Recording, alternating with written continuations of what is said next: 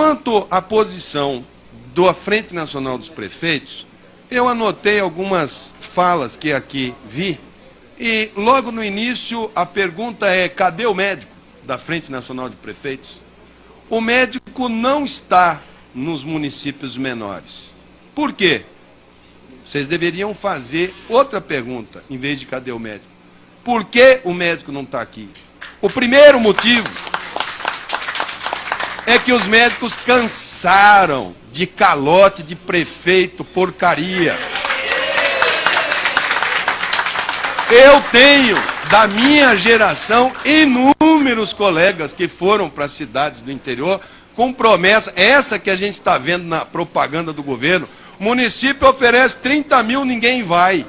Ninguém vai porque o vínculo é precário, porque não tem concurso público, porque não tem perspectiva de carreira. Tenha um contrato quase verbal, em que depois de 2, 3 meses de satisfeita a gana política daquele prefeito daquele município, ele vai ser rebaixado para 5, para 2, para ver se ele pede as contas e sai com a mão na frente e outra atrás, porque afinal de contas ele é descartável. O segundo motivo do cadê o médico, aqui vai para o Ministério da Saúde, e vou fazer as minhas ponderações que serão feitas aleatoriamente, de acordo com as falas. Em um dos slides, o senhor apresentou que o desejo da população é expressado. O que ela quer? Mais médico. E o governo, que se pauta por marketing, João Santana é o 40º ministro, está vendo que a avaliação do governo Lula era 60% negativa em saúde.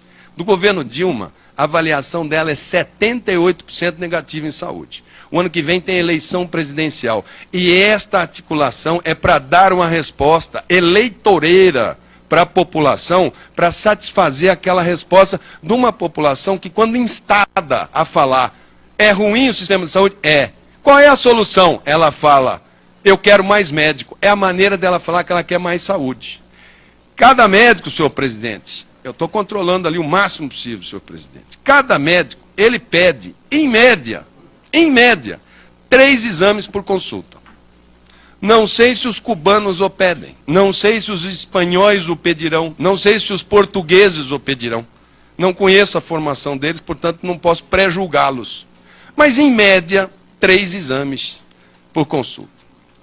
Hoje, o tempo médio, se nós temos hoje, no Brasil, algo em torno de 300 mil médicos trabalhando, se todos dessem uma consulta paralela ao mesmo tempo, nós teríamos, em média, 900 mil exames solicitados. Nem todos dão consulta. O Brasil consegue, tem capacidade para fazer algo em torno de 300 mil exames. Os outros vão para a fila. A fila da ultrassonografia, da colonoscopia, da endoscopia, da tomografia, é 6 meses, 8 meses, tem exame que é 1 ano, ressonância é 1 ano. Se você aumentar médico a razão que você quer, tem que sextuplicar a capacidade instalada de equipamentos para poder manter o mesmo grau de ineficiência que tem hoje. Portanto, antes, presidente do Conselho Nacional de Saúde, de cobrar compromisso de 16 mil, de 6 mil, de 17 mil médicos para com o SUS, não é possível que 17 mil pessoas estejam equivocadas e que uma pessoa que representa o governo esteja certo. Cadê o compromisso do SUS com os 17 mil?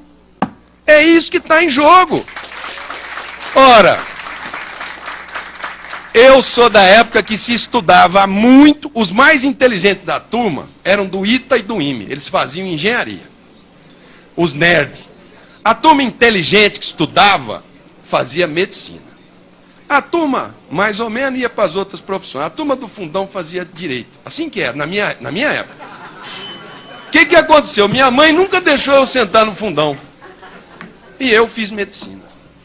O pessoal do fundão, eles conseguiram um sistema próprio, chamado judiciário. Eles montaram um sistema para acusar, que é a promotoria. A defesa é deles, são profissionais liberais, falam que a promoção de justiça tem concurso público e um cidadão para ir para o Ministério Público Federal, ele vai para Cáceres, para Tefé, para onde for que mandarem, porque o salário inicial dele é 29 mil reais. E o do médico vocês querem mandar com a mão na frente e outra atrás. Então não vai. Não vai. Um juiz só vai para uma primeira instância porque ele sabe que ele vai ficar 5 anos naquela primeira instância, depois ele vai ser promovido para uma instância maior. É lógico, o ser humano tem necessidade de progressão. Ao menino que passou em primeiro lugar no vestibular do Piauí, louvável, prepara Piauí, porque se você não tiver uma proposta para ele, quem vai abrir a Copa do Mundo no Brasil é o nosso neurofisiologista, não é? Ele está fazendo a pesquisa, nosso candidato a Oscar, como é o nome? Miguel Nicoleles, médico brasileiro. Aonde que ele está trabalhando? Porque lá tem proposta de trabalho, tem condição de trabalho e ele é remunerado para. O menino do Piauí vai para lá. O compromisso da atenção básica é mistério. Se eu vou porque eu quero ir. Hoje, quem está fazendo atenção básica no Brasil, e muitos fazem, é por vocação. Porque se fosse por reconhecimento, eles não estão fazendo atenção básica. E quanto às especialidades, aos postos de trabalho, se o MEC aqui tivesse, eu gostaria de fazer essa pergunta ao MEC, o número de pessoas que vão fazer faculdade na Bolívia e no Paraguai está em torno de 20 mil, foi dito aqui. Todo dia, todos os deputados dessa casa aqui recebem pedidos de pais para fazer transferência de menino do Paraguai e da Bolívia para o Brasil. E muitos fazem burlando o vestibular, que é uma fraude e um desrespeito contra os meninos brasileiros que foram estudar e passaram no vestibular. Errado também. Vergonha também. Então, seja ele decreto, eu não sei se esse vai ser o instrumento da presidente. Como nós estamos numa ditadura, que esse governo é uma ditadura, porque o que ela quer fazer, ela aprova aqui dentro, se quiser mudar a bandeira, muda. Pode ser que faça um decreto proibindo o Conselho Federal de Medicina de fiscalizar. Nós vamos entrar nos anos de sombra, de escuridão. Os corpos que os médicos de Cuba produzirem, os mortos, ficarão com as suas lápides na frente do Palácio do Planalto. Deputado. E ficará na conta de cada deputado que eventualmente votar a favor dessa MP da morte, que é o que eu estou sentindo que vem por aí. Portanto, tenho desse parlamentar a minha mais absoluta e veemente repúdia a todos aqueles que estão conspirando.